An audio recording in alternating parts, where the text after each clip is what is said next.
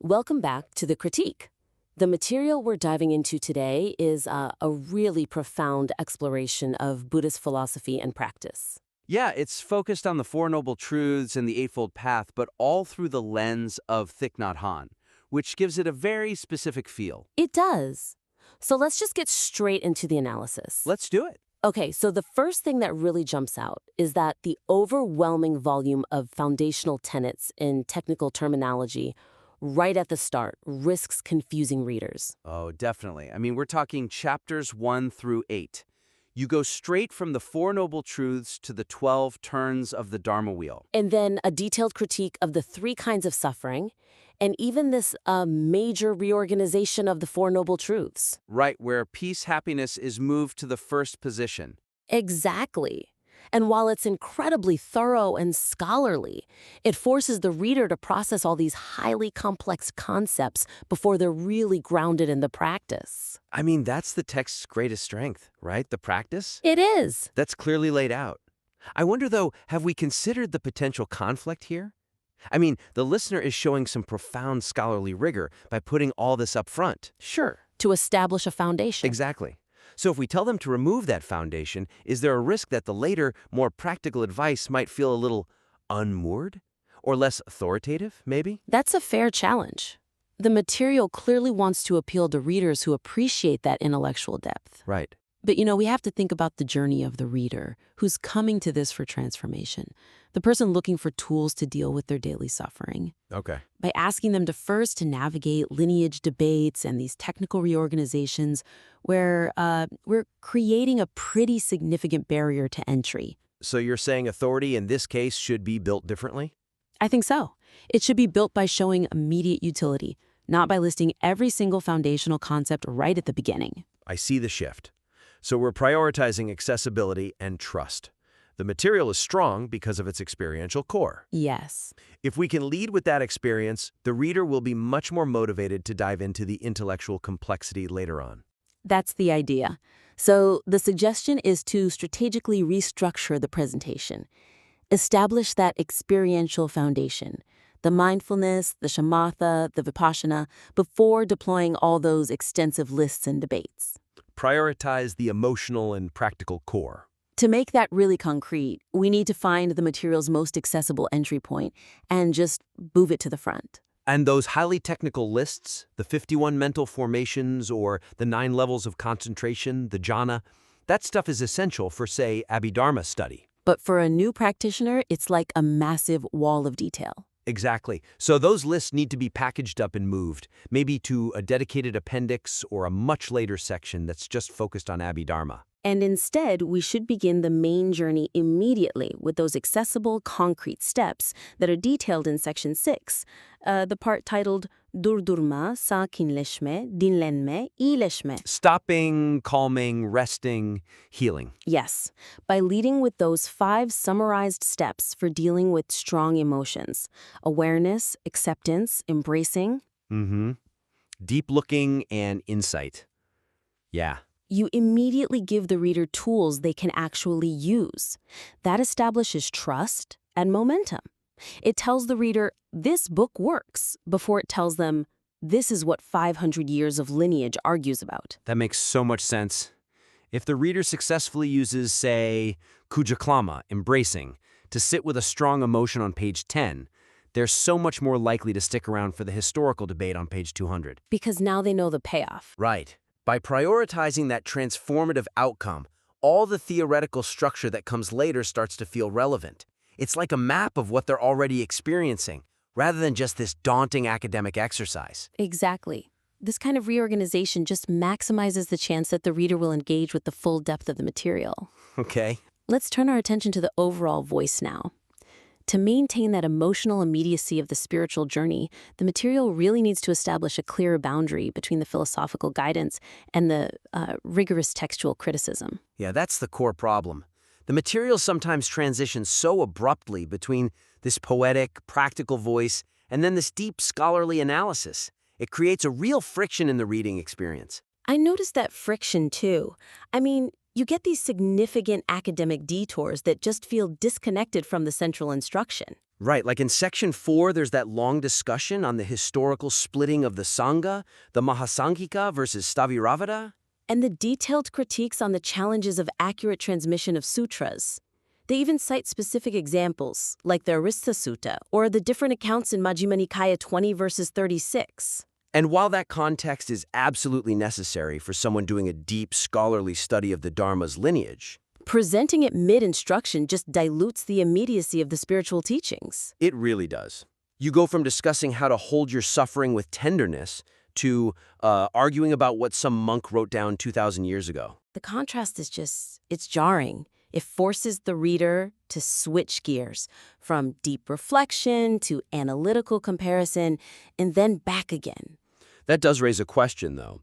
If we isolate this scholarship, are we potentially underserving the reader who actually wants to know the history of the teaching they're relying on? I mean, the author clearly feels these historical nuances are critical to practicing correctly. They are critical, but I think their placement is the issue. If the primary intent of this material is for a broad audience focused on practice, and the bulk of it suggests that it is, then we need to manage that dual voice more carefully. Okay, so what's the suggestion? The suggestion is to create a distinct boundary. Package the detailed comparisons of translations, Pali, Sanskrit, Chinese, and the origin debates as maybe optional sidebars or historical appendices. So the information is still there, but the main narrative flow isn't interrupted. Exactly. Think of it like offering an optional deep dive button. The reader who's focused on practice can just skip the historical critique and stay grounded. While the reader seeking that scholarly context can engage with it without derailing the whole transformative narrative. Right. A really powerful concrete example of where this would help immediately is in that long argument in Section 5, Hershey Ajima. Is everything suffering? Yeah, the author is providing an incredibly important clarification there, correcting those historical misinterpretations of the whole impermanence resulting in suffering resulting in non-self formula. That correction is so vital for practitioners. It tackles that huge misconception about dukkha, that life is just inherently terrible. And the author successfully argues that suffering is conditional, not universal. But then there's this protracted scholarly debate that follows. Citing works like the Kethavatbu. Yeah, that whole section should be reframed. Instead of being a deep scholarly argument for its own sake, it should be presented only as a practical clarification of a misconception for the modern practitioner. And minimize the focus on the specific historical schools that made the error. Exactly.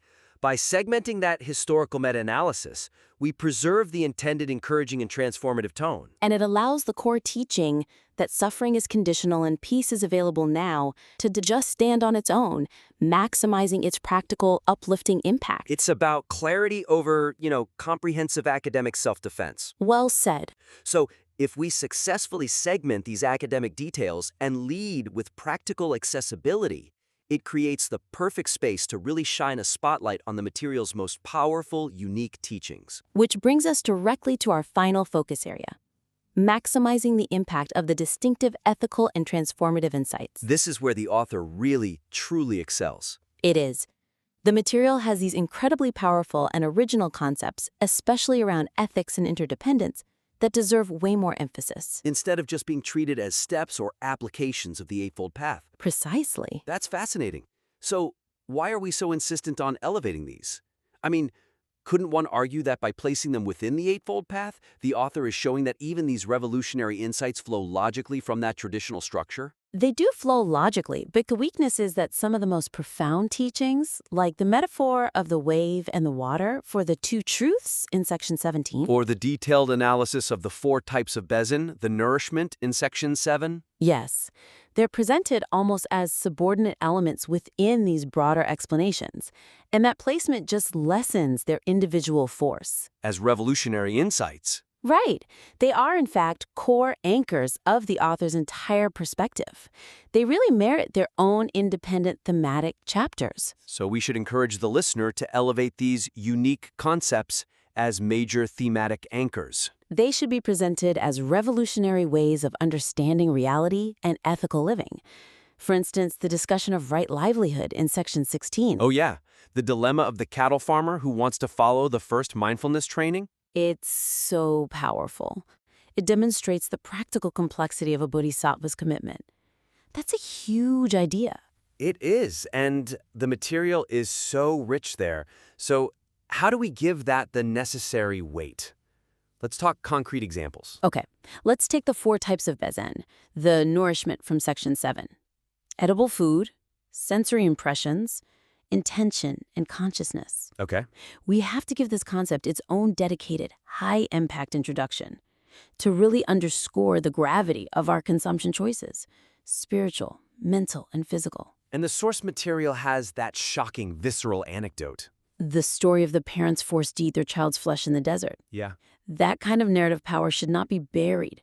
It's used to illustrate the seriousness of consumption choices, and it's just devastatingly effective. I wholeheartedly agree.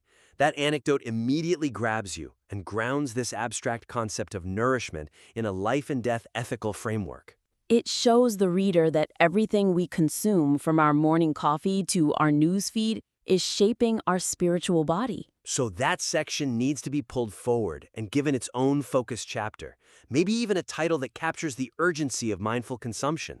And then, building on that ethical scope, for the section on right livelihood, we need to stress the necessity of collective rather than purely individual transformation. Right, the author brings up these specific, globally relevant examples. The shared responsibility for the arms trade, the need for new job creation for people leaving harmful industries. That's what makes this material so distinct. It shifts the ethical lens from a simple "don't harm others" to actively restructure society for compassion. By highlighting those examples, the spiritual practice becomes intensely relevant to global social justice and systemic change. Which is a signature element of the author's voice. These elements aren't just applications, they're the revolutionary conclusion of the entire philosophical exploration. By elevating these concepts, we make sure these insights are highlighted as major contributions. It really maximizes the impact and originality of the whole piece. It moves the work from being a very detailed guide to practice to being a profound commentary on modern interdependent life. Yeah, that's a great way to put it. This has been an insightful critique, really focusing on how to optimize the presentation and structure of what is, at its core, deeply rich material. Absolutely. Our assessment really identified that the material's structural choices were, inadvertently creating some friction, which diluted the emotional immediacy and kind of buried its most powerful, unique anchors.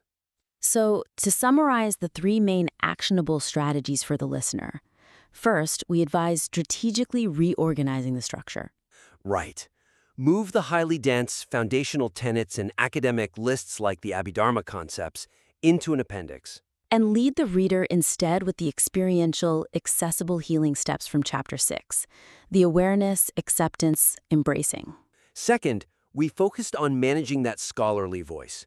The suggestion there is to create clear segmentation for the academic detours, the historical textual criticisms. Package them as sidebars or appendices to preserve the flow and maintain that encouraging, immediate emotional core of the practical teachings. Finally, and this is maybe the most exciting opportunity, elevate the most distinctive, ethical, and transformative insights. Pull concepts like the analysis of the 4 types of Bezen and the complex collective ethical dilemmas of right livelihood out of their embedded positions. And give them their own dedicated thematic prominence. Use the author's most visceral examples to really drive home their significance. Implement these structural adjustments, focusing on optimizing the reader's flow and maximizing the thematic elevation of your truly unique insights. We really look forward to reviewing the revised material once you've implemented these strategic insights. Thank you for sharing your work with us. We'll see you next time on The Critique.